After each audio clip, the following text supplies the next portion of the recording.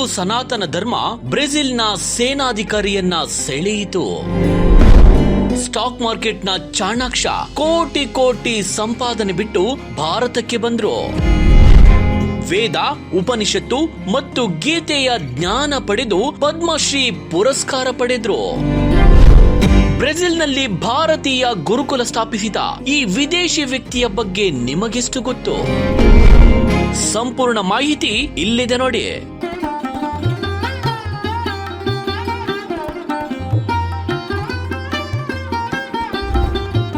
ರಾಷ್ಟ್ರಪತಿ ಭವನದಲ್ಲಿ ವಿದೇಶಿ ಮೂಲದ ವ್ಯಕ್ತಿ ಹಣೆಗೆ ವಿಭೂತಿ ಹಚ್ಚಿ ಮೈ ಮೇಲೆ ಹಿಂದೂ ಸಾಂಪ್ರದಾಯಿಕ ಬಿಳಿ ವಸ್ತ್ರ ಧರಿಸಿ ಗೌರವ ಸೂಚಕವಾಗಿ ಪಾದರಕ್ಷೆ ಧರಿಸದೆ ನಡೆದು ಬಂದು ಎದುರುಗಡೆ ಆಸೀನರಾಗಿದ್ದ ದೇಶದ ಪ್ರಧಾನಿ ನರೇಂದ್ರ ಮೋದಿ ಅವರಿಗೆ, ರಾಷ್ಟ್ರಪತಿಗಳಿಗೆ ಸೇರಿದಂತೆ ನೆರೆದಿದ್ದ ಗಣ್ಯರಿಗೆ ಶಿರಬಾಗಿ ನಮಿಸ್ತಾರೆ.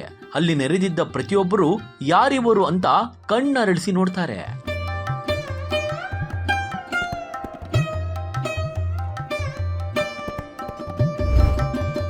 ದೇಶದ 4ನೇ ಅತಿ ದೊಡ್ಡ ನಾಗರಿಕ ಗೌರವ ಪುರಸ್ಕಾರವಾದ ಪದ್ಮಶ್ರೀ ಪಡೆಯಲು ಆ ವ್ಯಕ್ತಿ ಮುಂದೆ ಬರ್ತಾರೆ. ಅಲ್ಲಿ ನೆರೆದಿದ್ದ ಪ್ರತಿಯೊಬ್ಬ ವ್ಯಕ್ತಿಯ ಕಣ್ಣುಗಳು ಹೆಮ್ಮೆಯಿಂದ ಅರಳಿದವು. ಅಂದಹಾಗೆ ಈ ವ್ಯಕ್ತಿ ಯಾರು ಗೊತ್ತಾ? ಇವರು ಮಾಡಿರುವ ಸಾಧನೆಯಾದ್ರೂ ಏನು ಅಂತೀರಾ? ಸಂಪೂರ್ಣ ಮಾಹಿತಿಯನ್ನ ಬಹಳ ಚುಟುಕಾಗಿ ತಿಳಿಸಿಕೊಡುವ ಪ್ರಯತ್ನ ಮಾಡ್ತೀವಿ. ಈ ವಿಡಿಯೋ ಪೂರ್ತಿ ನೋಡಿ.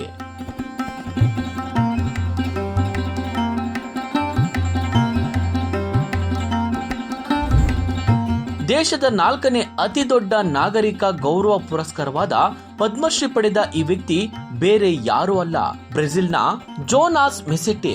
ಬ್ರೆಜಿಲ್ನ ರಿಯೋಡಿ ಜನೈರೋದಲ್ಲಿ ಜನಿಸ್ತಾರೆ ಬೋನಾಸ್. ಒಂದು ಕಾಲದಲ್ಲಿ ಮೆಕ್ಯಾನಿಕಲ್ ಇಂಜಿನಿಯರ್ ಆಗಿ ಕೆಲಸ ಮಾಡ್ತಿದ್ರು.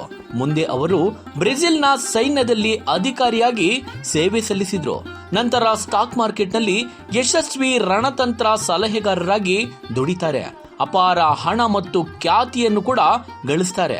ಇಷ್ಟಕ್ಕೆ ಸುಮ್ಮನಾಗದ ಅವರು ಸಾಧಿಸಬೇಕೆಂಬ ಹಠ ಬ್ರೆಜಿಲ್ ಟು ಭಾರತದ ಪದ್ಮಶ್ರೀ ಪುರಸ್ಕಾರದವರೆಗೂ ತಂದು ನಿಲ್ಲಿಸಿತು.